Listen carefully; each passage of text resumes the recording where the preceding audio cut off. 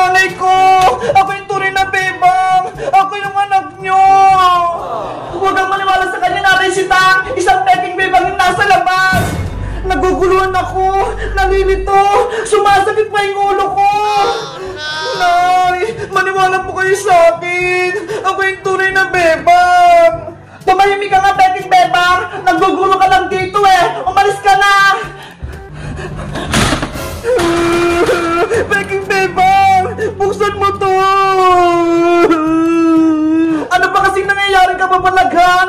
Dalawang bebang? Nanay Sitang, huwag po kayong matakot. Ako po yung tunay na bebang. Hindi po ako papayag na guguluhin tayo ng impostor na yon. Bakit ginagawa to sa akin, nakukuha? Ginagaya niya yung mukha ko. Tapos, inaako niya sa akin si nanay.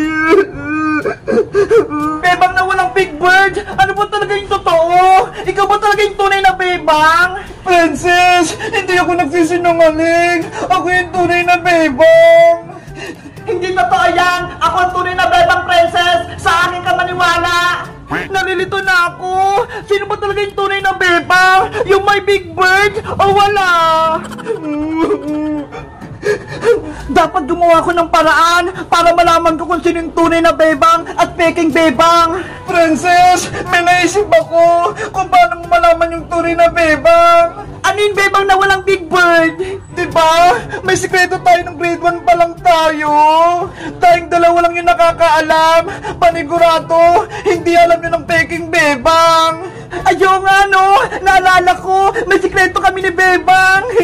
Lagot, hindi ko alam ang sikreto nila. Kung sino sa inyong dalawa ang makakasagot ng tama sa tanong ko, siya ang tunay na bebang. Tama yan, Princess. Alamin mo kung sino yung tunay kong anak. Eto yung tanong ko, makinig kayo. Sa beach kami pumunta ni Bebang noong 2022, tapos sumakay ako sa parachute at naligaw ko ng dagat na walang panty.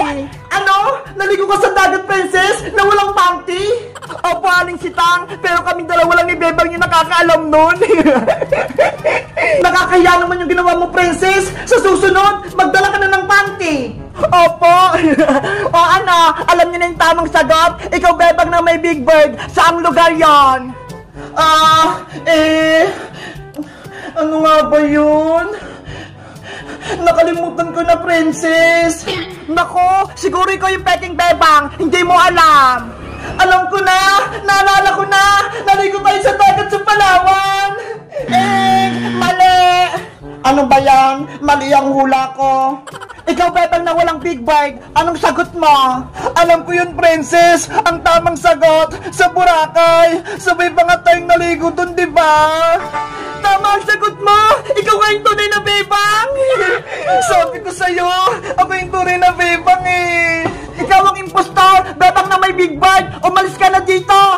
Hindi na ako mapapalis dito. Ako ang tunay na bebang. May impostor dito. May peking bebang. Nanay Sitang, ako lang ang mamahalin mo. Huwag na si Bebang.